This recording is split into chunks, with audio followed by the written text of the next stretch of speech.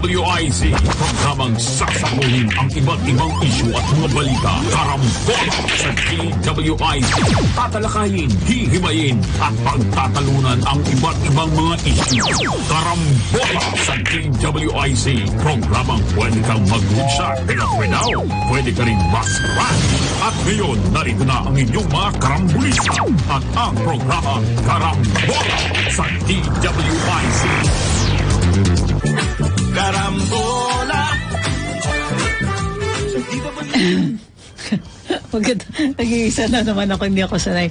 Magandang umaga, welcome to Karambola. Ako po si Trixie Cruz Angeles. Ay, ito nga pala, no? Ulit ha, pwede ulit. Take 2. Magandang umaga. Ako po si Trixie Cruz Angeles. Welcome to Karambola. Padating po si Boss John at Boss Conrad is out for the Holy Week. Kami rin po, the rest of us will be out starting tomorrow. Sorry, Boss Winner. Samahan niyo lang si Boss. Bukas we'll be back. I will be back Tuesday next week. Boss John and Boss Conrad will be back Monday next week. DWIZ text line 0999-376-6768. Ulitin po natin 0999-376-6768. We are also on Facebook Live and YouTube live streaming on DWIZ 882. Huwag pong kakalimutan. Puntahan niyo po yung Facebook page natin and click follow. Puntahan rin ang YouTube page namin and click like dun sa live namin. And don't forget to subscribe. Share na rin. We're on Luminous by Trixie Cruz Angeles and Ahmed Paglinawan. Huwag pong kakalimutan, follow and subscribe just as a hedge dun sa ating mga magagaling na fact checkers. DWIZ also has a hotline 8470-1750-254. Ulitin po natin 8470-1750-254. We have an app that's downloadable from our website, www.twiz882am.com, and you can download for your Apple iOS or Android phone yung aming DWIZ app. Magandang umaga sa inyong lahat. Daming chika tungkol sa election. Many of them are regarding the election rules. Number 1, exit polls. May umiikot kasi na balita na gustong ipakulong yung mga yung mga nagtanong-tanong sa Hong Kong ng mga botante at tinali nila. So this is what we call an informal exit poll. Bakit? Ang exit poll according to the COMELEC rules ay conducted by qualified individuals. May nagtatanong bakit parang pumayat daw ako. Maraming salamat. Nagda-diet na po uli kasi medyo nagbilang ako ng baba, nakatatlo na ako, so tamang-tama na. Reverse na po. Okay, so what are exit polls? Ayon dito sa COMELEC rules, sa Republic Act 9006, and pursuant dun sa resolution ng COMELEC for the conduct of the 2022 elections, exit polls are it's like a survey. It's conducted. Nagtatanong kapag may lumalabas doon sa sa polling places kung sino ang binoto nila. So, and hold on, section 29. Sandali, tingnan natin yung formal na na definition. Sabi dito sa COMELEC resolution number mali. This is an old one. This is February 2016, but it still holds. Pareho, hindi po nagbago. An exit poll is defined as a species of election survey conducted by qualified individuals or a group of individuals for the purpose of determining the probable result of an election by confidentially asking randomly selected voters for the names of candidates they have voted for immediately after they have officially cast their ballots. Okay. In January 2000, may lumabas na Supreme Court decision tungkol dito, which we will discuss in a little bit.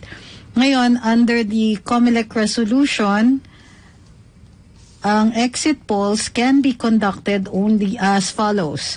Pollsters shall not conduct their surveys within 50 meters from the polling place. Pollsters shall wear distinctive clothing, kasi ito yung nasa batas, 9006. and prominently wear their identification cards issued by the organizers, by the organization they represent.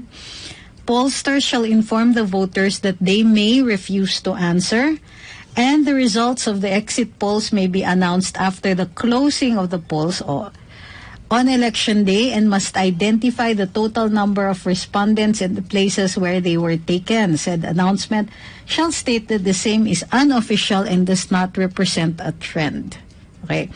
Kasi may lumabas nga na balita na yung ilang mga kababayan natin nagtatanong-tanong dun sa mga lumalabas sa polling stations or sa kung saan sila bumoto at tinatanong sino ang binoto na presidente.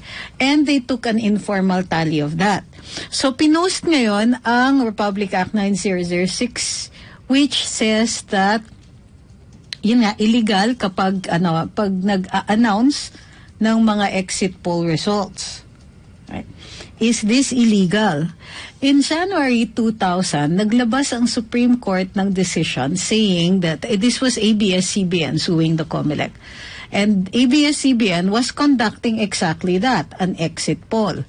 At sila po ay nagbo-broadcast. Pero random po yung tinatanungan nila and in random places. In other words, hindi sa lahat ng lugar. So, nag-issue ng temporary restraining order ang COMELEC against the conduct of exit polls and the announcement of their results with ABS-CBN. Ang sabi ng COMELEC is because it establishes a trend. Now, the Supreme Court struck this down at sinabing illegal yung ginagawa ninyo of trying to restrain an exit poll. Exit poll is a valid election tool and it gathers essential data. In other words, yung danger na sinasabi ng COMELEC is outweighed by the benefit of the exit poll. In fact, it helps in the conduct of free and transparent electoral processes.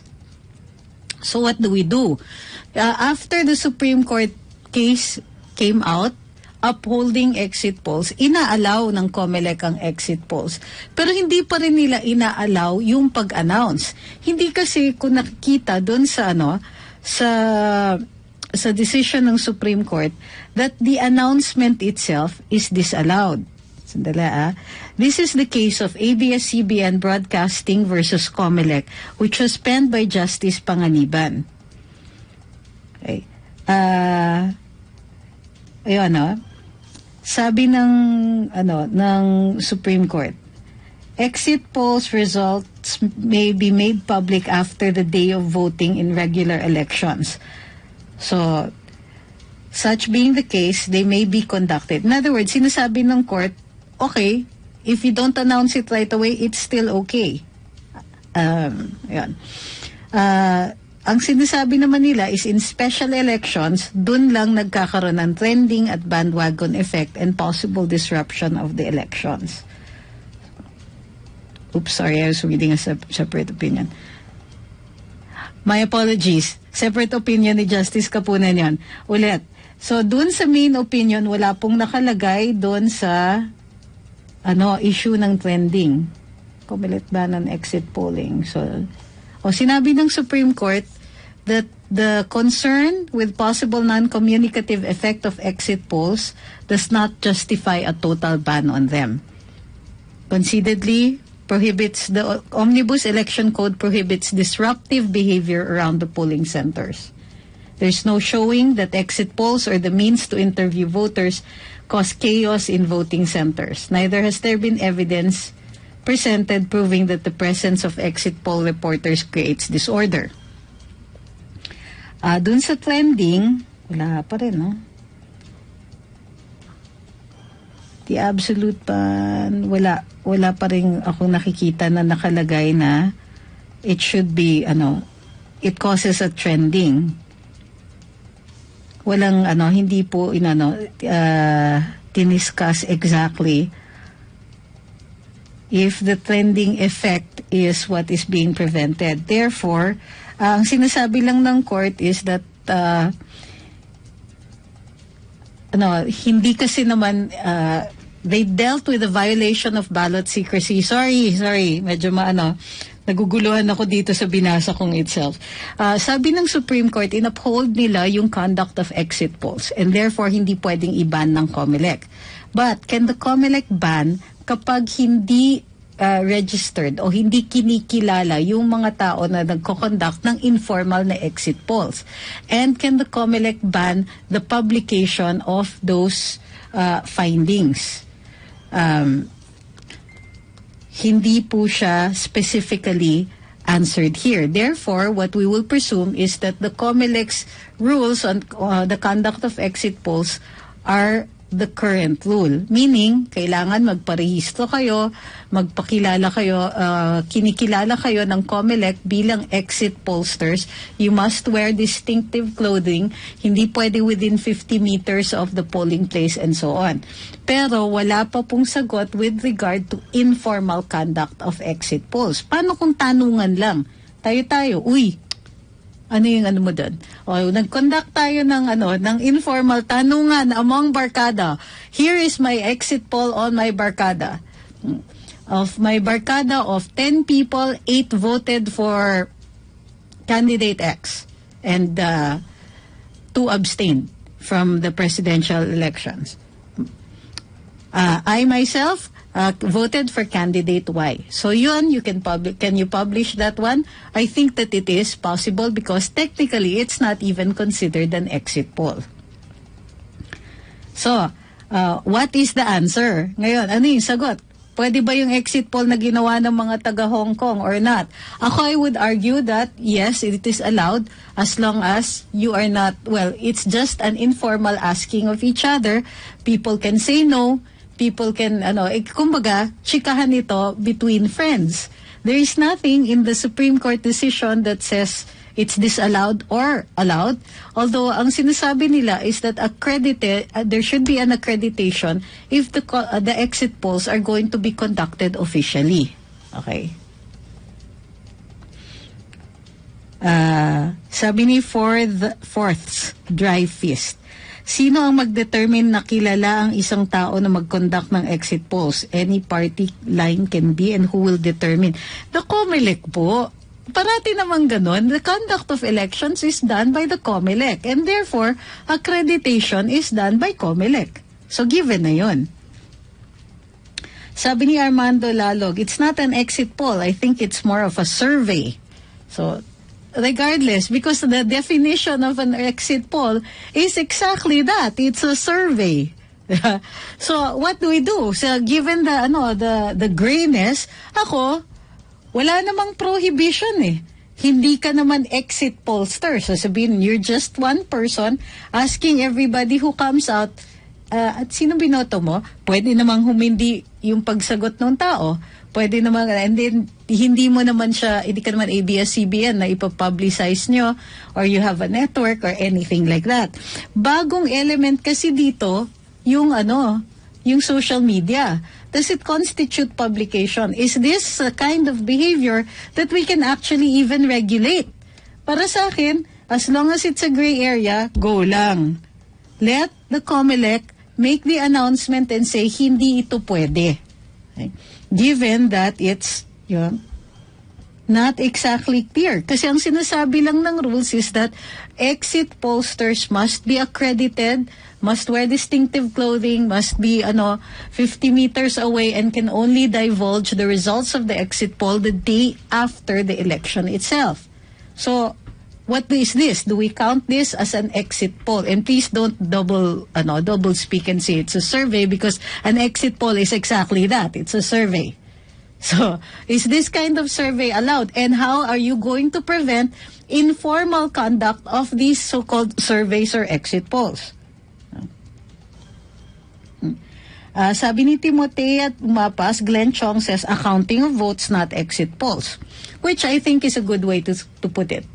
So, for me, sure, why not? As long as the law is unclear with regard to non-credited and, this is a purely informal thing and this is on social media, the law will work in favor of the accused. Diba? If there is doubt, if the law is unclear, then since this is a criminal law, it will work in favor of the person who is accused to do so.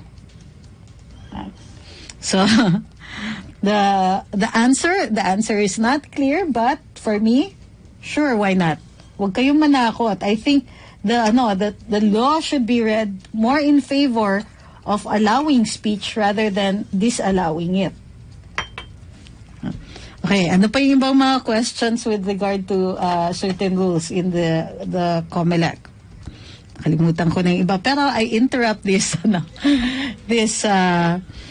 this rant with a thank you. May nagpadala ng belated na birthday gift sa akin dito. It was flowers. Si Ma'am Dorothy J. Krame. Apparently she listens. Ma'am Dorothy, thank you for the daisies. They're lovely. I got them today. Thank you very, very much. Okay. Ano pa? Sabi ni Carlos Almendrala, exit poll is not credible to Smartmatic. Sabi ni Kaegay, guys, sa mga nagsasabi na may dayaan hanggang May 9 pa po ang botohan ng OAV. Oh, by the way, again, may nakita ako sa Twitter saying that wala daw mail-in voting at unconstitutional daw po ito. This is grossly incorrect. Andun po sa overseas votes. This is allowed by law. Okay?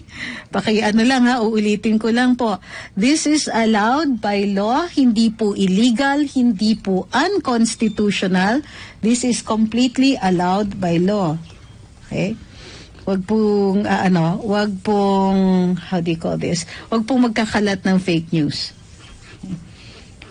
So, ayun, it is allowed by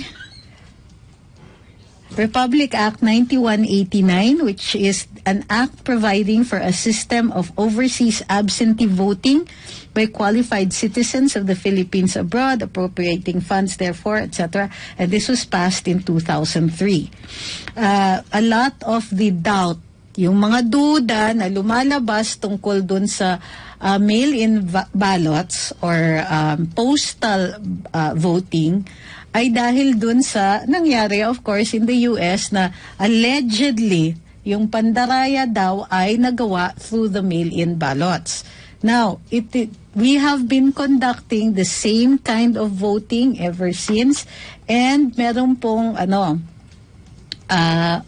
control numbers, supposedly, yung ating mga ballots, or there should be control numbers to that, and there is a way of accounting the number of mailed-in ballots with those that were actually sent out, and with, of course, the number of voters. So, pagka sumobra yan, then mavo-void it. That is a ground for voiding the results in a certain area. Okay? So wag pong pangunahin yung takot simply because you see something new. Now, this is completely legal and yes, it is constitutional. Wag pong magpanic. Okay. Let me see your other comments. Watching from Singapore, si Kulotsky. Sino ba yung umeksena na naman? Mahilig talaga sa fake news yung kabila. Sabi ni Tatang Onyok, di ba freedom of speech? Actually, yes, because surveys are freedom of speech. Pero, there is a danger that is being sought to be prevented, which is yung alleged trending nga. Now, allowed naman i-publish the day after elections, which means May 10. Pwede nang i-publish yung exit polls. Ang tanong na lang is, what about these informal polls? Yung mga tanungan na, uy, sino binoto mo? Yung mga ganun ba? Tapos, tinatali ng ganun informally. For me, it is an essential tool to prevent, to prevent cheating, to prevent the establishment of an opposite trend, etc. So, what is the good that is being sought to be upheld is supposed to be the secrecy of ballots, the sanctity of ballots. Pero wini-waive natin yan when we talk to the person and we can refuse to give the results of our own voting. Kumbaga, pag tinanong, sinong binoto mong presidente, yoko nga sagutin, pwede tayo mag-refuse. Okay, so for me, and I guess pareho kami ng opinion ni Attorney Glenn Chong, it is all right to conduct these informal exit polls. We just need to watch out and now when we say the results of this, one must be very careful to say informal po ito, tanungan lang po ito naming magkakaibigan. This is not in any way to be construed as a formal or accredited exit poll. Okay, so meron naman eksena. This time, yung alleged sex video. Okay?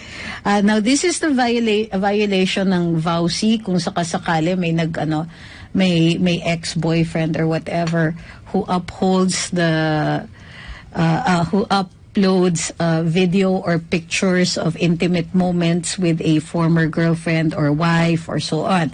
VAUSI po yun. For, this is also violation, if I'm not mistaken, of the Anti-Voyeurism Act and so on. So, there's supposed to be, may balita daw, na ang anak ng isang presidential candidate ay supposedly may lalabas daw na sex scandal. Okay, now this is being blamed on one party. Okay, now here's the weird thing. Madam Lenny, Vice President Lenny, has announced and said that kakasuhan nila yung supposedly naglalabas ng fake sex video tutu of one of her daughters. On the other hand, journalist Raisa Robles apparently made a comment that one of the sons of BBM is supposedly involved or might be involved in a sex scandal. Medyo gumugulo yung kwentuhan, yung usapan. So, okay, no matter what, guys, the uploading or even the watching of these private videos that were taken without the consent of any of the parties, bawal po yan. Do not share, do not watch, do not click. Okay? It's illegal. Right? And come on, let's be the better person. Second, especially kung babae yung victim, not that I'm going to be sexist on this one. Pero naman, guys, kuwawa naman yung mga taong involved. Now, if it's a fake sex video, same. There's still somebody involved there. There's still a violation of privacy there. But also, let's not sensationalize it. Now, if this is, how do you call this? A bit of propaganda. Yung kumbaga, meron lang may nagmamagaling, kumbaga, trying to destroy one party, trying to uphold the other party. At kunwari dito, it's another one of those padrama, pa-victim, kaek-ekan, na pakulo ng kabila, wag natin patulan. Okay? Kasi we are going to get blamed for this, we're going to be pointed at and so on because we are not like that. The best thing that we can do about this issue is to ignore it completely. Kung mayroon man totoong nangyari, let the parties settle it among themselves. Wag na nating dagdagan yan because we don't also want anybody to benefit from a pakulo this bad. Okay? Sabi ni Len Malyare, Wellington, meron ba talagang video in the first place or just trying to make news para pansinin? Yun nga nobody knows for sure. That's why the best thing to do is ignore it for now because right now, all we have are the sabi-sabi. Kumbaga, chismis lang na allegedly may sex video and so on or allegedly may fake sex video and so on. Why are we going to even dignify this? Kung pakulo ito ng alleged victim, ignore it. Kung pakulo ito na allegedly kakampi natin or nasa side ng mga kandidato natin, all the more we should ignore it. We should not encourage this kind of behavior. It is low and stupid. Okay? So no matter which party is bringing this out, ignore it completely and let's move on to other issues. This is not something that we want to sensationalize or even give any dignity to. Kaloka to mga to. Now, isa pang balita. Supposedly may lumalabas na pre-shaded ballots. Okay. Now, ang sinasabi ng COMELEC with regard to these pre-shaded ballots, or these were inadvertently left because tinestan nila yung mga VCMs, which I think is a plausible reason. But what do you do when you see a pre-shaded ballot? Bring it back to the Board of Election Inspectors, to the election officials, and ask for a new one. Ngayon, sinasabi ng iba, they did not tear up the ballot. Baka magamit yon. Check. How many ballots are pre-shaded? How many ballots are, and so on. The answer to this, the weapon against this, is awareness. As long as we do not use that ballot, return it to the election inspectors, they cannot use us to stuff the ballot boxes. Okay? Yes, it is concerning na hindi nila sinisira. Dapat sinisira yung ballots pero ina-account nila. So tearing up the ballots, yes, is a good idea, but I have not seen this in the rules right now. But it is important also for COMELEC to account for it. So dapat dun sa minutes ng elections, meron nawala ako. Yan. Dun sa minutes which are written in by the head of the election officers, lalagay po nila kung ilan yung mga balotang allegedly pre-shaded na nahanap doon. They have to be logged in. Who will assure that? Yung mga watchers po. If that happens here, it is the watchers of the parties who will say, who can observe and ask that the board write it in the log that X number of pre-shaded ballots happened here. Now, also, the watchers can take note of that and file reports with their own parties and say, and tell, halimbawa, yung mga lawyers for the particular candidate, ganito po, may nakitang X number of pre-shaded ballots. Ulitin ko po, ha? Pre-shaded ballots, if you get one, return it to the Board of Elections officers, election inspectors, or the officers. Ask to replace it. Ask them to log in that you got a pre-shaded ballot. Okay. Sabi ni Rolene de Mafelis, it was used for testing of the ECM. Shouldn't the pre-shaded ballot have pseudo candidates written? No po, because they have to test it on an actual ballot. Sabi ni I know common sense. Imagine BBM getting 80% of the votes in the exit polls. COMELEC will not be able to announce Lenlen as winner without being caught as cheaters. Okay? Yes. Teka, giniginawa ko. Was winner. Ginaw. Okay. That's true. It is a hedge. But let's see kung how the COMELEC balances this out. Sabi ni Ande Irorita, ang mga ganyang kamalian ng COMELEC, hindi nila ina-acknowledge na mali sila. Dapat nga may parusa din sila sa mga ganyang gawain. Well, it depends. Kasi nga, we don't also want to punish yung mga inadvertence, nagkamali, and so on. Remember na ang mga frontliners dyan are the public school teachers who are deputized by the COMELEC. So, I don't really like to punish them unless talagang may malis. So kung this is just plain negligence or nakaligtaan lang, hindi maganda yung pinaparusahan natin, and we will only be going after the lowest person in the totem pole. If this is systems-wide, kumbaga, then yes, we will punish, and the punishment will go to the COMELEC officers or officials themselves. Nagbabalik ang Karambola, oras natin 8:33 ng umaga. Balikan natin ang ating mga karambulista at ang programa Karambola sa DWIZ. Nagbabalik ang Karambola. Ako po si Trixie Cruz Angeles na naghihintay pa kay Boss Jonat. Hirap kaya magkarambola mag-isa. Ang dali lang sa tambayan kasi 1 hour lang eh. Sabi ni Ma'am Rosalie Alvaro, these exit polls are highly needed to secure a credible result, especially for high-ranking positions such as President and Vice Presidency. Vigilance is needed now more than ever. Ang sinasabi kasi ng COMELEC, which is not entirely, kumbaga, unreasonable. In fact, the Supreme Court has acknowledged it. It's dangerous to establish an informal trend. Kumbaga kasi, nag-i-expect nga yung mga tao na ganito, pero what if the actual voter turnout, the actual turnout of votes is different?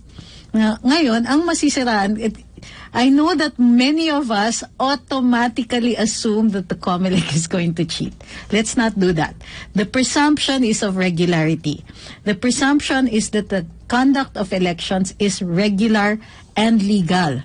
So, ang lalabas kasi na resulta, regardless of the exit polls, the result of the COMELEC is going to be the official result. And to change that, you need to go to court. Okay? Or you need to go to the electoral tribunals. Now, it just makes for greater loss of confidence in the electoral system. Now, I know what you're going to say. Wala na ngang confidence. But here's the conundrum. Ito yung may mali, diba? Is that we participate in it. The candidates participate in it, and by doing so, they admit of the regularity. Parang, kasi kung sasabihin mo, mandaraya naman kayo, pero sumasali kayo, that's a conflict in your logic. Kung sumasali kayo, you are not presuming that it is illegal or that they are cheating you already, because if they are, then you would stay away, or you should, in order to take a stand against it. So why? So yun yung those are conflicting ideas. So again, the COMELEC's results are deemed regular, they're deemed legal unless otherwise challenged. Ito ang official results. So ang sinasabi ng COMELEC, I'm just giving their side, guys, don't freak out. Okay. Ang sinasabi ng COMELEC, if a trend is established, and remember, there's no guarantee that what people are saying in the exit polls are true. Okay? Ang totoo yung may ebidensya nasa balota. Yung lumalabas na tao, nagsasabi na, binoto ko si ganito, could be pressure, could be jahe kasi I'm the only one voting for this candidate, and so on. Could be a lot of factors. So, what if it unnecessarily establishes a trend, lumabas yung totoo, magkaiba, ang laki ng difference. Kayo, i-assume ninyo that there has been cheating. But the law will assume that it is the COMELEC that is correct. Okay. So now what happens? Not just a loss of confidence in the electoral process, but a loss of confidence in our public officials, in our government officials. And this is the wrong that the COMELEC is supposedly trying to prevent. I just want you to understand why that is the rule. This is the logic behind the rule. Yung mga iba, di kaya sinasadyang ibigay yung pre-shaded or spoiled ballot to create news at pagdudahan yung election. There you go. That's another thing. Remember that magkaka-effect lang yung alleged pre-shading ballots if it can turn the tide of the elections. Kung isa lang ang nakita doon sa sa polling place, let's say, one person says, I found a pre-shaded ballot. Yun ang binigay sa akin. Will one person change the turnout of the election? Will one person change the winner of the election? If it doesn't, then we move on. We take note of it, pero we take note of it while we are watching if there are more coming out. If it's a single one, it can be chalked up to a mistake. If there are 20, it's not a mistake anymore. 30, 100, 200, and so on. Especially if the voting is close. But again, pag lumabas yung turnout at tapos yung results, we will take note of the pre-shaded ballots and see later on if it affects the outcome, the general outcome of the elections. In the meantime, we encourage more people to vote. Yung mga ganyan na balita, you're right. they cause a loss of confidence in the electoral process. What happens when people lose confidence in it? They will stay away. And if they stay away, it will be easier for the cheaters to come in. Ayun, sabi ni Remus Calpe, kaya sinisiraan ng COMELEC para maging null and void ang eleksyon. Yan ang pinakahuling barahan nila. Yes, remember they could attempt a NOEL, they could attempt a failure of elections and so on kasi hindi sila mananalo eh. Now, flashback 1986. Elections. Snap elections, Marcos versus Cory. Officially the winner is Ferdinand Marcos. But nagka-revolution and so now officially it is Cory Aquino. Has a count been conducted? Were the election returns validated after that? No, everything got swept under the rug. So now what happens? How many coups? How many? And here, 30 years after the alleged snap elections, people are still questioning who really won in those elections. Sure, we presumed it was Cory, but what did the turnout actually have? What were the ballots? What did the ballots actually say? Who cheated? Did Ferdinand Marcos really cheat? The historical record says that it was he who cheated. Or the more accurate historical records say people presumed that Marcos cheated. Or people believed that Marcos cheated.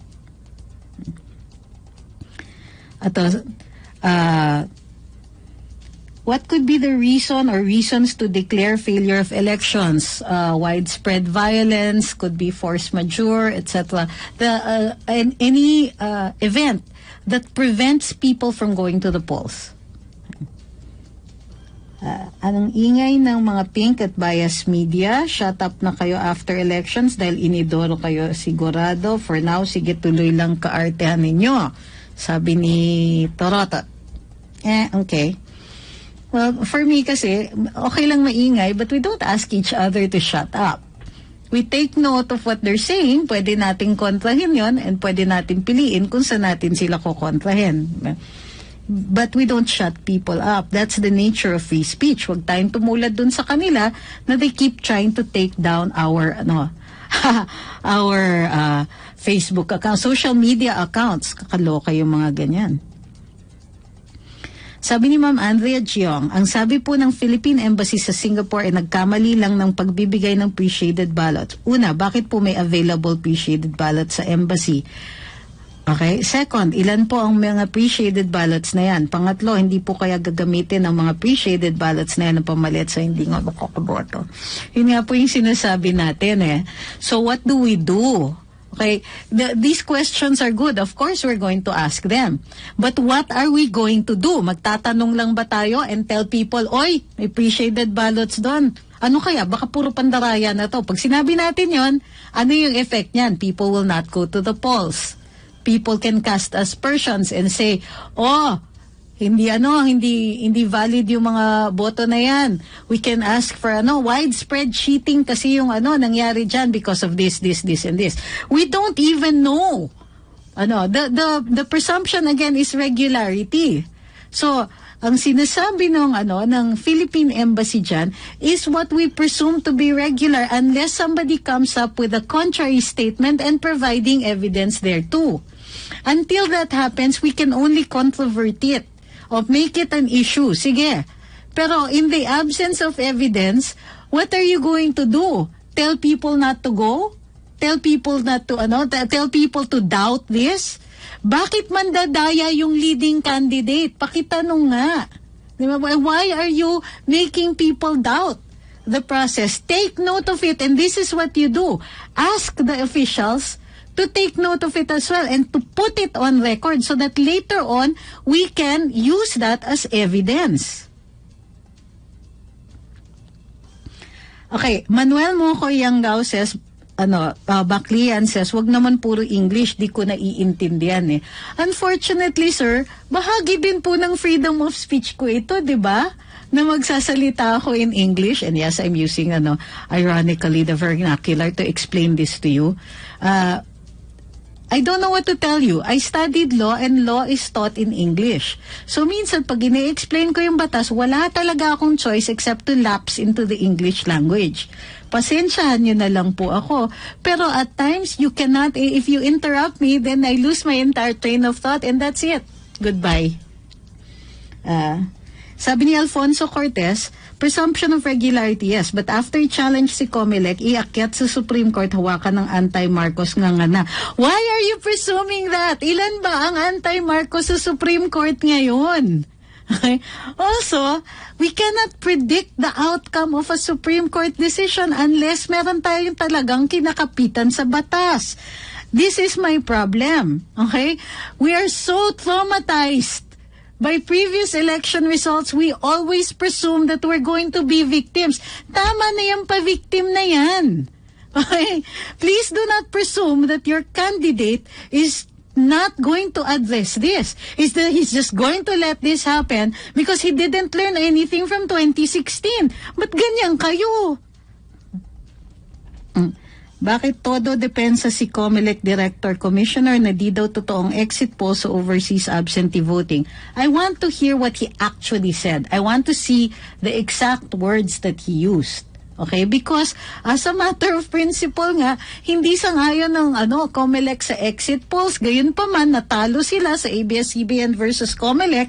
And so, they're compelled to comply with the Supreme Court's upholding of the validity of exit polls or the legality and constitutionality of exit polls. Sabi ni Vic Relova, si Attorney Glenn Chong, and this I will challenge you. Ang daming evidence na pinakita sa hearing, may nangyari po ba? Anong hearing ba po yun? That was a Senate investigation. That wasn't exactly a hearing. That's a hearing in aid of legislation. That's not a court case and you should learn to distinguish. Lahat tayo dapat alam natin yung difference between a Senate or congressional hearing at saka yung hearing na kinokondak ng hukuman. Yung hukuman may mangyayari. Pero yung yung actual na dapat venue para sa presentasyon ng ebidensya na yon para may mabago yung desisyon ng Comelec, yung declaration ng Comelec ay yung Electoral Tribunal. Ano nangyari? Okay? In that instance, it was still possible. Do you think that will happen again? Honestly. Do you honestly think that if cheating happened before, it is going to happen again? Exactly the same way. Huling-huli na I do not understand why the insistence on pessimism on this one. Ang laki po ng lead dun sa sa surveys, pero nagdududa pa rin kayo. Tinatanong ni August Trinidad, bakit po si Jamie Jimenez hindi matanggal sa Comelec? Very powerful. Hala, my mom says, take a deep breath. Okay. Very powerful. No, it's not about power. It's about, again, the regularity in the conduct of government business. Mr. Jimenez has security of tenure. Like any other, I'm not sure kung kung seso siya. Pero kung seso siya, it's really going to be difficult to remove him. It's not just a simple loss of confidence. You have to be removed for cause. Now, the question is, has any case been filed against him that has resulted in a finding that he should be removed from office? Unless that happens, then he's going to remain a director in the Comelec. Tinatanong ni Ma'am Rosalie Alvaro, what is the role of Andy Bautista during these election campaigns? This one, does he pose a threat? I don't think so. I don't think he has any access to the machinery in the conduct of elections or the machinery in the publications, in media or anything like that. Guys, yung mga nagsasabing wag high blood, only my mother can tell me that. Sana pwede magdala ng cheat sheets mga tao. I think you're allowed. Ang theory namin, dalawa ni Attorney Glenn Chong, is that you're allowed as long as it's in your own handwriting. Okay? And it's yours, kumbaga. And, don't, kumbaga, ang worry kasi ng Comelec with regard to cheat sheets are, are that baka merong nagvo-vote buying dyan, binibigyan kayo ng cheat sheet, yan po ang gagamitin. But if you say that this is something that you wrote down yourself and that you need this as a memory aid, then you can justify it. Sabi ni Jingjing, pwede ba refrain from that kind of mentality? Sus Maria Josep, all you have to do is to vote your preferred candidate. Bakit ganyan kayo mag-isip? Super negative. Bumoto nga kayo. Why are you people so insistent on negativity? Just vote. I agree. Hindi ko mabasa the rest eh. The best way to counter cheating, sabi ni Jason Peras, is to go out and vote. Show them that we have the power as an electorate. Keep voting OFW HK and do exit surveys. Kasi para sa akin, until the COMELEC makes a statement, we will presume that it is all still legal. Smartmatic can only manipulate up to 5 million, sabi ni Fedelino Lomeda. Anything more than that is already obvious. Okay. Ay, di ba kahit sa PET hindi pinabuksan ni Leonen mga evidence? Tama po ba ako ng intindi? Actually, what happened, it wasn't Justice Leonen, it was Justice Kagiwa. Okay. In the first instance. And then in the second instance, when they were dealing with the third cause of action, hindi na rin niya pinayagan, which allowed for the presentation of what BBM had already gathered as evidence. Now, ang sinasabi nila is that the Supreme Court or the Presidential Electoral Tribunal is not a venue for accepting evidence. However, the Supreme Court can delegate the acceptance of evidence or the trial on evidence to a lower court, such as, but not limited to, the Court of Appeals. Sabi ni Arkitin, bawal din cellphone. Yes po, bawal po. So it's possible that ipatatabihan ng election board yung mga cellphones po ninyo. And yes, you should not or you are not allowed to take a picture of your ballot. Matindi pong pinagbabawal yon.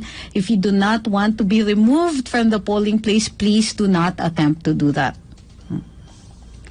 And John Ben Santos raises an excellent point. Huwag mag-paint ng duda sa eleksyon, ang tatamaan yan si BBM, which is correct, actually. We presume it is valid, but we gather evidence just in case. Okay? So in the meantime, okay, in the meantime, another election violation is exactly that. Yung pagkakalat ng balita that would cause a loss of confidence in the electoral processes. That is, as a matter of fact, a crime under the election code. Need natin solid vote, sabi ni Ozilia. Yes. Look towards doing something affirmative rather than simply raising doubts. Okay? So, ganyan, appreciated ballot. Anong gagawin?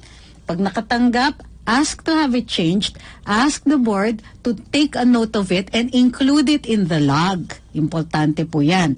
During the conduct of regular elections, dito locally, yung watchers will also be able to take note of that.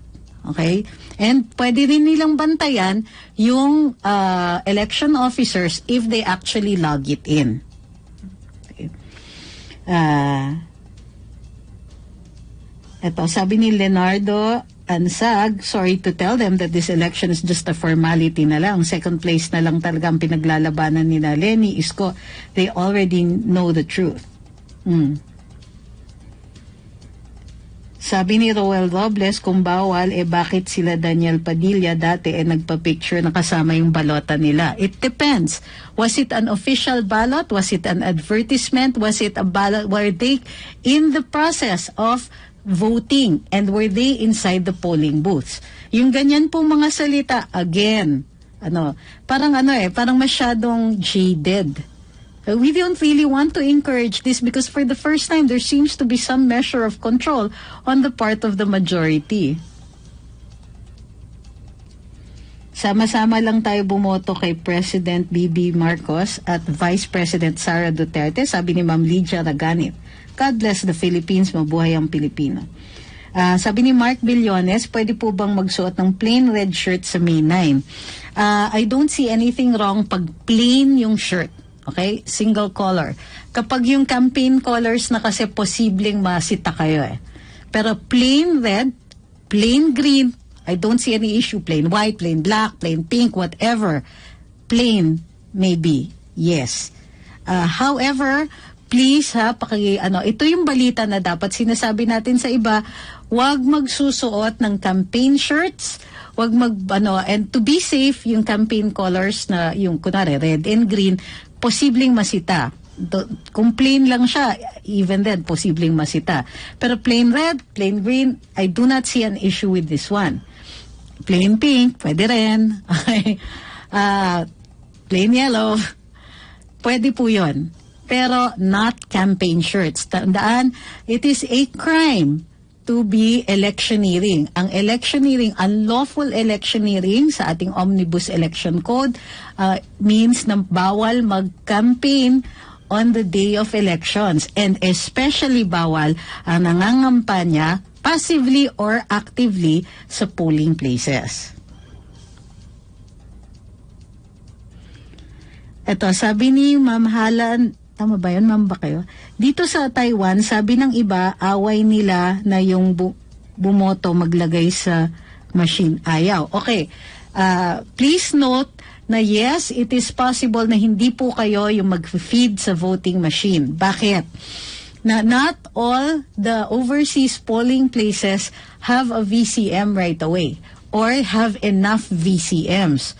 Kadalasan, isa lang yan. So kung iisa lang at ang dami-daming boboto, in all likelihood, ipapadrop box yung ballot ninyo at sila na po ang magsusubo sa VCM because it might take too long. Okay? And yes, that is allowed. Nakailang eleksyon na po na ito po ay pinapayagan. Because bail-in ballots or drop box ballots, hindi naman talaga kayo ang magsusubo. Now, in other instances also, like there are cases, in fact, where the VCM itself breaks down. So, sinisil dapat yung ballots, and they will be counted once the VCM has either been replaced or has been repaired. Okay. It is not enough. If you feel that cheating is happening, it is not enough to simply talk about it. What is important is that you gather the evidence, give it to the poll watcher or if you're overseas, to tell the embassy officials who double as election officials of what your concern and ask them to log it in. Make sure that they log it in. And you also take note of that. You can also execute an affidavit on the same day, so that swearing to the events of this particular instance, so that you have a record and it is notarized on the day of the election itself, so that you have a record that you made it of public record, public notice, that this is something that you have observed. This is gathering of evidence. Kasi nga, yung mga bashing na ganyan of the electoral process, again, meron po tayong batas about that. Pero we also have to be useful. Hindi enough na po pagdating election na nagsasalita lang tayo, nagdududa tayo, nagagalit tayo, unless we're going to do something about it. Now, I am assured by all camps that they are also being observant. Sila din, pinapanood nila, nagmamasid sila, naghahanda sila at handa ang kanilang mga abogado in instances kung saan makaka-observe na may mga anomalya dito sa halalan. Magbabalik ang Karambola, oras natin, 9 o'clock ng umaga. Balikan natin ang ating mga karambulista at ang programa Karambola sa DWIZ. Nagbabalik ang Karambola. Ako po si Trixie Cruz Angeles.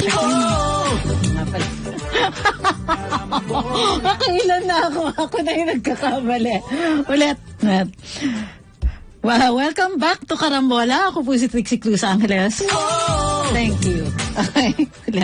Check ko yung inyong mga katanungan. Kumahanap ko. Alright. Starting with, sabi ni Sir Anastasio Dominguez, light side naman tayo, pakibati po ang apo ko Si Amaya, who is 4 years old. Dahil 4 years old ka today, babatiin kita. Happy birthday, Amaya. Okay. Next, si Constantino Castillo Magaway is challenging us and saying, kung ang Senate ay hindi kote, bakit nakakulong ang mga taga-family? Tanong lang po. Okay. Itong phrase na, tanong lang po, usually, hallmark ng troll yan eh. Yung akala nila, yung mga tipong, parang, kunwari, iniinsulto ka, pero sinasabi nila yung phrase na yun, para hindi magmukhang iniinsulto ka nila, pero actually, insulto yun. Not sure if you got that. Pero, sige, tanong lang po. Ito, sagot lang po. Unang-una, by the power of contempt, nasa Constitution po yan. Hindi po naman lahat ng na sinasabi nga natin invalid yan. Kaya nga po galit na galit kami dun sa pagdidetain kay Lincoln Ong at saka kay Mohit Dargani na hanggang ngayon ay nakakulong pa rin. Kasi ang sinasabi ng Senado, it is in the exercise of the power of contempt. Yes, if the power of contempt is used as a coercive action to compel a certain behavior. O English yan ha. Kung ginagamit yung power of contempt para maipilit yung isang klaseng paggawain na legal naman within the power of the Senate to do so, such as but not limited to, pwede kang arestuhin para daling ka sa Senado para mag-testify. Kung hindi ka magtetestigo, sige, kulong ka. In the case of Lincoln Ong and Mohit Dargani, nag-testify po sila. Pero yung detention nila is a detention for punishment and no longer for the coercive behavior under the power of contempt. Therefore, kinakailangan niya ng hukuman. Kaya nga po pinoprotesta natin tuloy-tuloy at walang humpay ang pagkukulong kay Lincoln Ong at saka kay Mohit Dargani dahil ito ay hindi na in the exercise of the legislative power to compel certain testimony in aid of legislation. Okay? Happy na? Okay, next. Tinatanong ni Ma'am Lynn Cabrera, makakakuha pa kami ng receipt from the VCM so that we can compare sa list namin kung tamang nag-record. Yes, ma'am. Meron kayong receipt pero it's only for purposes of checking kung tama po yung pagbasa ng VCM. Kung mali, you have to call the attention of the election board and then after that, pagtapos na yung issue na record na and everything or tama, ihuhulog nyo po dun sa drop box that is provided for you. Pero yes, you can see. Si Ma'am Fair, sabi niya, I'm a dual citizen that lives in Edmonton, Alberta. Kamusta po kayo dyan? But until now, I haven't received my mailing ballot. Di ba ako mababahala? During Tatay Digong's time, I received it on time. What to do in order to follow up? You'll have to send an email to the embassy or consulate that sends you the ballots. Tanungin nyo kung bakit may delay kasi sabihin niyo historically you have received it on time. And yes, it is perfectly fine to keep emailing them until you get a response and a reasonable a reason why this hasn't been received yet, because you are required to mail in your ballot so that it is received by May 9. Okay. Next, out of topic, sabi ni Sam James, do you drink black coffee, instant or brewed? For me, instant coffee is not actually coffee. It's this, it's bizarro coffee, but coffee is brewed, and I drink it usually black with stevia. So, yes, that's coffee for me. Sometimes meron po creamer, hopefully, if there's any. Uy, salamat kay Jason Beslig sa pagpadala niya dun sa super chat. Sabi niya, I really enjoy your podcast on your own time. And of course, you're greatly appreciated here in Karambola. Thank you. You're welcome po. Sabi ni Joseph Tribiani, magandang umaga. Huwag pong pabati sa isang karambolista na si, Jute Baluyot na nagdiwang ng arawan kahapon, Abril, 11 ng Abril. Sana tama yung pag-pronounce ko po ng pangalan ninyo, Jute Baluyot, ng belated happy birthday. Okay, maraming salamat para dun sa mga super chat nyo. Ngayon na lang ako nakakita uli, Sabi ni Ma'am Florida Greenfield, meaning po makapangyarihan ng Senado. Thank you. Lahat naman po ng branches ng gobyerno may sarili-sarili silang kapangyarihan. Yun nga lang, and I agree with you, na minsan lamang talaga ang legislature. Kaya necessary for us to review the Constitution. O halimbawa, bakit may commission on appointments? Masyado naman kasi ang nangyayari, di ba, nagiging basis para pagdudahan natin yung proseso ng vetting ng commission on appointments, yung mga appointees ng presidente, at masyadong na-shackle o masyadong napipigilan yung presidente sa pagpili ng sarili nilang mga tauhan sa gabinete. Hindi naman lahat ng cabinet subject to commission on appointments, gayon pa man. Diba?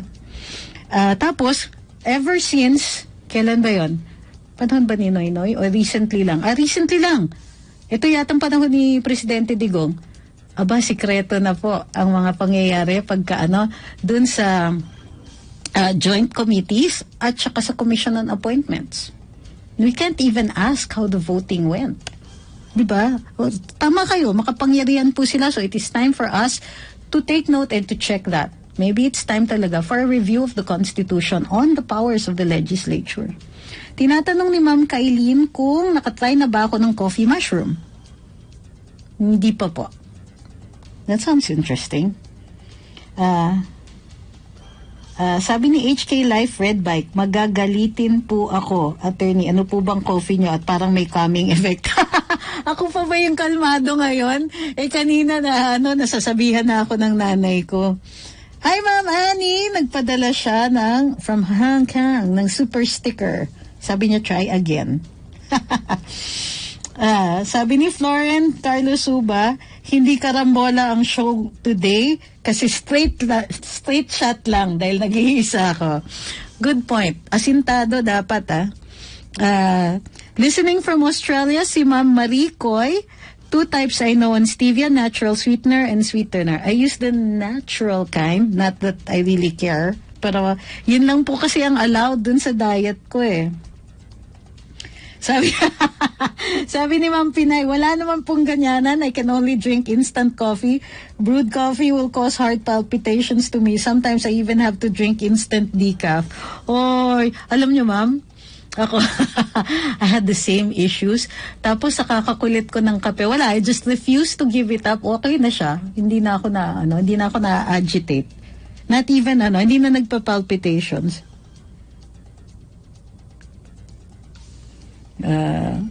Ito, may pinapagalitan ako ni Verhel Marty Ferdinand. Bakit mo pinapagalitan, Attorney Trix, yung mga commenters na di mo gusto sinasabi? Paliwanagan mo lang ng maayos o kaya wag mo na lang pansinin. Yoko nga. Ito yung tanong. If you can't stand the heat, why are you in the kitchen? Ganun talaga. Most people choose the programs for the kind of hosts and the way the hosts conduct their programs.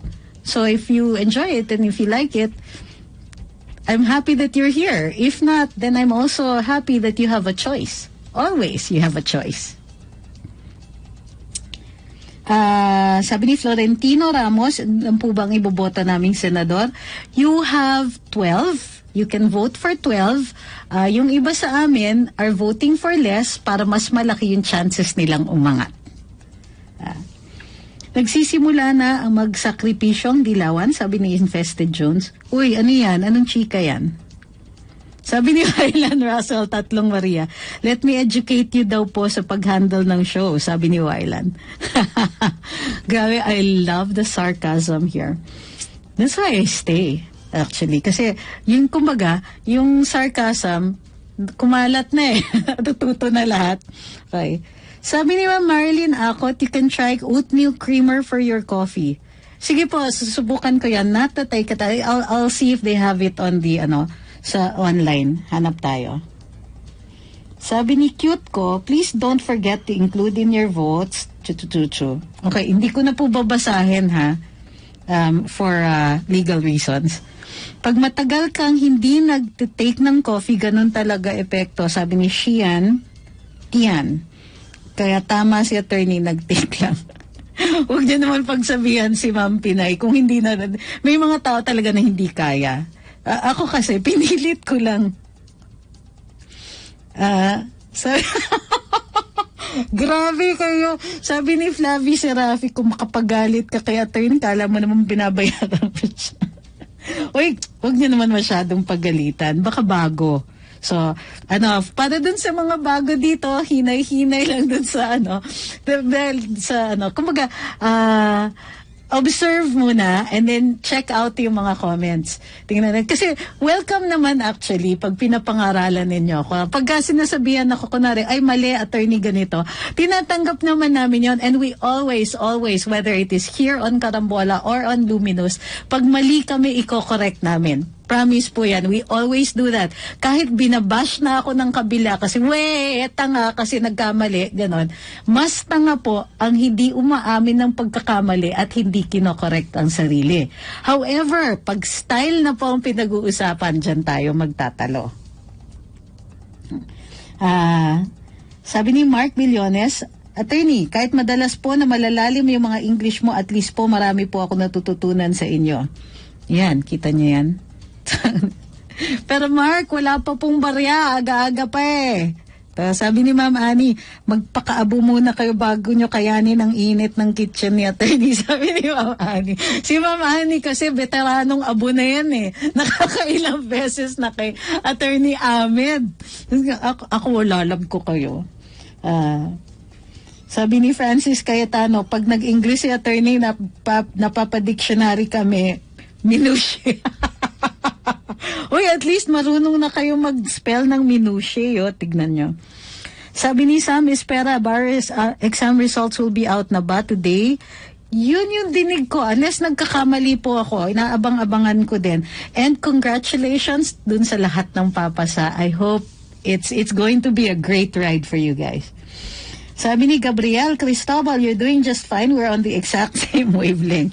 Okay. Salamat. Pero kasi baka ako yung nagtangay sa inyo, hindi naman natin gusto na nagsaspread ng palpitations, di ba? Sabi ni Don Pelonio, matagal na akong viewer ng Karambola sa FB. Uy, salamat kahit tinathrottle kami. Gusto ko ang talakayan dito, marami akong natutunan. So, okay. So, ito, sabi ni Jonas Sarate, di pa sila sanay, attorney, ha? Isa pa sa ayaw mong sinasabing comment, attorney, yung puso mo. Correct. And everybody knows why, di ba? O, sabay-sabay tayo, kasi wala siyang puso. Okay? Sabi ni Get Real, to me, coffee is life. In the morning, I have to have my coffee or else I'm likely to bite someone.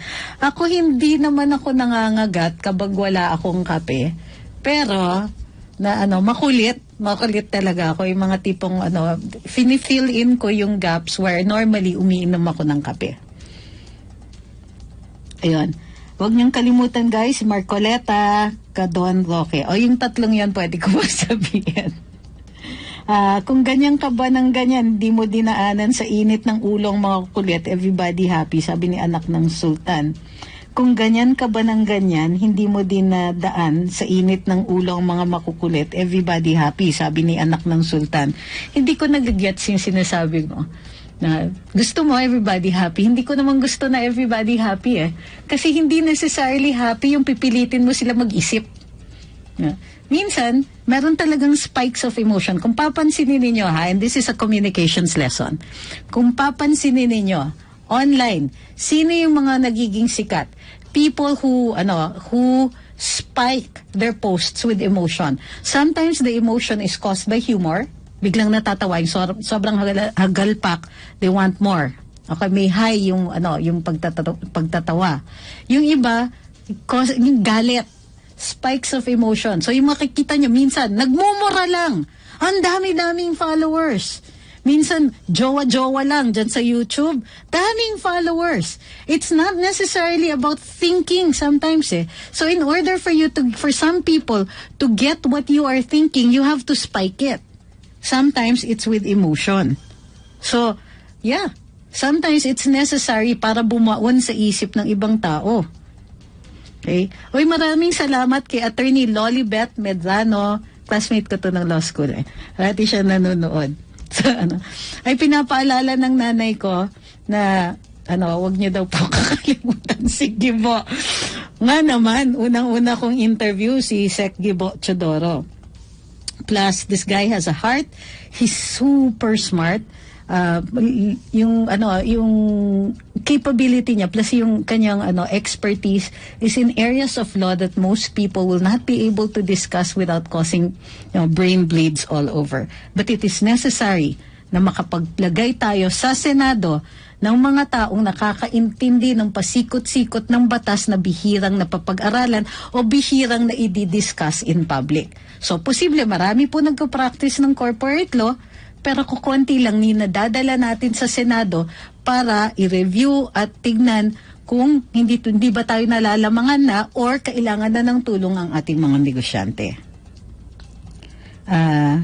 Sabi ni Red B. Vien, is it true na dapat daw si Tito Sen ang gustong vice ni Lenny instead of Kiko? Laglagan na ba? Hehe, kaya ba nag-iyakan na sila ni Shawi? Oy, chismis yan. Pero wala akong balita na ganon. Ang alam ko lang, kasi kung kailangan nila i-push yung mas mga sikat, yung mga mas may possibility na manalo. So, di ba may panawagan? Nagre-react na si Senator Lacson. Sabi ni Senator Lacson, unethical naman yon. Maganda yung panawagan na mag-unite yung opposition. Pero, yung panawagan na mag-unite ang opposition in favor of Lenny, tapos kampo ni Lenny o si Lenny mismo ang nagsasabi, sabi niya medyo ick yun. That's not his exact words, but that's my translation of it. Na parang, di ba, dapat among themselves mag-decide sila, o kaya intayin ni Madam na nanggaling dun sa ibang mga kandidato. Na ma'am, o sige, mukhang kayo most likely. Sanib puwersa na lang tayo, hindi na lang akong posisyon pag nanalo kayo. Yung mga ganon. Pero, so tuloy, si Senator Lacson will not join the calls to unite the opposition. So gayon din po, it's not just for presidential, pati po for vice presidential. Tinatanong ni Sir Flavi kung si Sec Piñol ba mai-interview nyo ulit. Siguro, pwede kong tanungin kung gusto niyo yung second round kay Sec Manny. Sabi ni Jess Guevara, who should be responsible sa kulang na machines sa HK? Ang tagal ng preparation pero palpak pa rin. Di kaya kasi inuna ni Jimenez kontrata sa Rappler. Guys, you're giving him too much power or masyado niyo namang iniisip na sobrang powerful ni Spock Jimenez, no? Yung day-to-day at saka yung mga ganyan activities, hindi po dun sa Spocks. Sa operations po yan. And an oversight po niyan will be the commissioners. So ultimately, it's the commissioners at saka yung kung may executive director, the executive director who carries out the policy, the policies laid down by the COMELEC board. So, hintayin po natin. And tingin ko dyan, it's whoever is the chief executive officer or the person in charge of operations, yun po ang responsible for that. Loyal and avid fans, sabi ni Ate Kusmat, loyal avid fans of Karambola FB since 2016 and Luminous by Trixie Cruz Angeles and Ahmed Paglianao. We gain knowledge about your direct opinions in legal ways and giving a right critical thinking about the issue. Nonoy Murillo, tinatanong niya yung comment natin on the scandal, alleged scandal. We already commented earlier in the show at sinasabi natin, deadmahin po natin yan. It's not the kind of issue that we should be discussing because it violates privacy. And it is not something that we should encourage other people to comment on. Also, hindi maliwanag dito who is manipulating whom if there is in fact manipulation going on. Kasi this could have been pakana by any of the parties. Diba? Let's say yung mga kalaban ni Madam Lenny, pwedeng pakulo nila yan. Not necessarily, ang daming kalaban ni Madam Lenny, hindi lang tayo. Tapos on the other hand, pwede rin pakulo ng kampo ni Madam Lenny to make it look like ang sama-sama ng ibang kampo and so on. We have no evidence either way. So, in the absence of any clear finding yet or any clear reason to suspect anybody, deadma on the issue until it is resolved. Sabi ni Duquesa, tama ka, gaya ng sinabi ni Jordan Peterson, to be able to think, you have to risk being offensive. Yes. Sabi ni Ma'am Beatrice, sorry na big letter sa capitals. Ay nako, kasi sinabi ni Ma'am Beatrice, binoto daw niya po si Manny Piñol, pero inadvertent yung paggamit niya ng all caps. Sabi ni Arms Mercado, kaka-announce na kumpleto na ang 10 windows ng botohan dito sa HK. Yay! When Greco Bellica was interviewed at SMNI, sabi ni Get Real, he denied that he's anti-BBM. He claimed it was a nasty rumor perpetuated by one of his detractors. What's your opinion po? His family has always been pro-BBM and actually pro-Marcos because yung father niya sinagip nga ni former President Marcos. So yeah, I believe him. I even asked him that. And kinwento niya na yun nga yung sa father niya. Now, he has had to be politic about declaring that. Siyempre, at the time na he was still with the government and still part of the administration, kailangan maghinay-hinay siya dun sa mga declarations na ganon. Unang-una, bawal nga yung mamumulitika ka, lalo na in a particularly sensitive position. So yeah, I do believe him. To sabi ni Leonardo Ansag, very late na sila sa United Opposition kahit na magsama-sama na mga boto nila, hindi na po sila aabot pa. Imagine in 7 months na panatili ng BBM Unity ang napakataas na mga surveys. Grabe. O hindi lang na-maintain, tumaas pa. Diba? Ang laki ng gains. January, February, March, doon talaga umakyat eh. Sabi ni ni Dij Pangets, I love kapag sinasabihan si attorney na ang puso mo dahil mas marami tayong natututunan lalo na kapag mainit ulo ni attorney. Team Bluetooth while at work here in Tokyo. O siguraduhan mo hindi ka tatawa ng biglaan ha. Sabi ni Enrico Fabiman ng Kiel, tama, magtiwala na lang tayo. Ibang sitwasyon ngayon kaysa 2016 elections. Avalanche ata ang panalo ngayon ni BBM at Sara. Well, hindi na, ganito yan, no? We presume regularity. Pero pag may suspicions tayo, gather evidence. That is going to ensure that if anything bad happens, handa tayo. And it's already on record. Sabi ni Chito Valdewesa, yes, second round kay Manny Piñol. Hopefully, mahalaga po ang agrikultura, ang talakayan, and more. Belgica is a member of the cabal po that the OAF secretary is leader. Tinatanong ni Ma'am Yolanda, no ma'am. No ma'am. Cabinet po yung alleged cabal. Okay? Pwede po bang ma-rain check ako, sabi ni Jao the Mango. For 2028, Inday manang po ako. Biro lang, advance lang po mag-isip. Grabe, ako pinoproblema ko pa itong 2022 ha. Sabi ni... Ay, di ko nabasa. Bilis ha. Wala po bang balita about sa botohan sa Japan? Wala pa po. In fact, wala pa po akong notice from the kung paano gagawin dun sa sa COMELEC. If I were to choose between Belgica and Robin Padilla, I'd rather choose Belgica, sabi ni Firefly Leo, dahil sa kanyang honest service sa gobyerno. Okay. Any comment po sa latest revelation ni Ping Lacson about sa offer ng mga pinks? Okay. Well, it's ako pass the popcorn ang comment ko dyan eh. Sige, mag-away-away kayo. It doesn't endanger our candidate, and it doesn't and it's thoroughly entertaining for me. Okay. Magbabalik ang Karambola, oras natin 9:32 ng umaga. Balikan natin ang ating mga karambulista at ang programa Karambola sa DWIZ. Karambola. Nagbabalik ang Karambola, kasama na sa impilan Congressman Jonathan De La Cruz. Hi, Boss Jonathan. Hi, good morning, Trixie. Magandang umaga sa ating mga tigapakinig. Pasensya na ho at hindi tayo nakarating na maaga at tayo ulit ay bumabati kay Boss Edgar, Yes, belated happy birthday. Nasa Baguio ako noon kaya hindi ako nakarating, pero pinasabi ko kay paring Willie Jurado, yung ating si Boss Willie? BBM Sara Bay Area Coordinator, na siyang sumama dun sa birthday party na yan. So pasensya na lang, hindi tayo nakarating, pero may pagkakataon pa naman tayo mga pansit at lahat. Pero kanina, Trixie, binabanggit mo yung tungkol dun sa benefits ng pagiging dominant political party. Introduce na natin. Nag-file po, or today yata, ang filing, or nag-file kahapon, ang Partido Federal.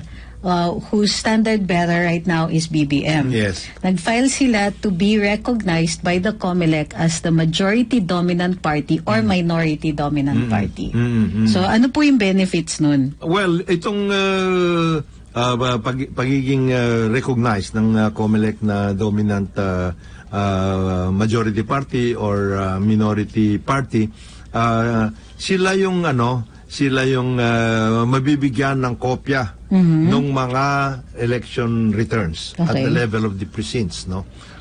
So in addition to, kasi 8 yung kopya na yan so may mga iba-ibang mga ang makakakuha niyan yung dominant political party at saka yung minority party. And then syempre yung mga PPCRB, yung mga ganun, yung all of those. Meron kasi binibigyan ng kopya yung mga ganyan. So yan ang isang napakagandang benefit para if you are designated by the COMELEC as the majority or the minority party. In addition to that, syempre you can do a lot of questioning, you can get into the precincts, you can check on yung conduct of the elections, pati yung tungkol dun sa testing and sealing and everything else. You are given all of those kind of privileges so that there is balance insofar as the conduct of the elections is concerned. They're basically you are given a copy of the election returns. Yun. Basically ganun. Mamaya-maya mapag-usapan din natin yan, pero umpisa na natin yata yung ating kasi reactor ka dito, nandito na si Chairman Dr. Prospero Popoy de Vera, ang Chairman ng Commission on Higher Education. And then, of course, pag-uusapan po natin dito sa ating webinar. Thank you very much to the ALC Media Group and, of course, our partners in this endeavor, Alliance of Progressive Organizations, Alliance of People's Organizations, and also yung Manila Times at saka Manila Standard. But basically more of ALC Media Group, DWIC, Business Mirror, Filipino Mirror, Philippines Graphic. So we will have that up to 10:30 this on live on DWIC. Ang isa po sa mga reactor napaka-importante po dito ay si Attorney Trixie Cruz Angeles, because ang pag-uusapan po natin matindi dito is how have we been able to handle our legacies in terms of culture and the arts. And of course, the educational system, ano mga naging problema at up to na nagiging problema dito sa ating educational system. So I will go to the to the webinar, and then please Trixie. Susunod po ako. Hindi lang yun. We will have to request you to react. Yes po. Paano na? We'll just close up here. Okay, bago tayo magtapos dito, we'll just tackle 2 questions that I think is important. Sabi ni Miko Nichiwa TV, so TP is lying with a particular Viber group he's in with Belgica, I'm confused. Guys, number 1, hindi nyo kami mapapag-away ni TP and hindi po nakakatulong yung ganyang klaseng intrigahan. Well, first of all, it might just be a difference in the level of information. So it's possible that I have less information than he does, or maybe he has different information than I do. It does not necessarily mean that we are directly contravening each other or that our opinions contravene each other. It's just that we're different. It's just a difference either of opinion or in the facts that we are capable of having or the facts that we have at a certain time. So just take it as it is. He says something. We know that TP vets his information. So take it as it is, whatever way you want to take it. But for me, based on what I know, ito yung I know that the Belgica family have been pro-Marcos. I know that Com Belgica had done all he could within the limitations of his power in the commission that he was the head, of which he was head. So, some people kasi get angry because supposedly kulang yung mga kaalaman niya or kulang yung ginawa niya. But it's only within the law that he can act. And finally, salamat sa pagpapadala sa super chat. Happy birthday kay Liagas Vangi. Sabi niya, it's his birthday to his or her birthday. It's birthday today in real life. Ikaw na lang bumati sa akin kasi nakalimutan na yata nila. Nakikinig sila sa Karambola araw-araw. So happy birthday Liagas Vangi. And thank you for your super chat. We'll turn over now. We're going over to our webinar series and we're starting right now. We'll see you then. Ako po si Trixie Cruz Angeles. Karambola. Sumainyo ang programang Karambola sa DWIZ. Hanggang sa muli, tayo'y magbabalik upang ihatid ang pagtalakay sa iba't ibang mga issue. Dito pa rin sa programang Karambola sa DWIZ.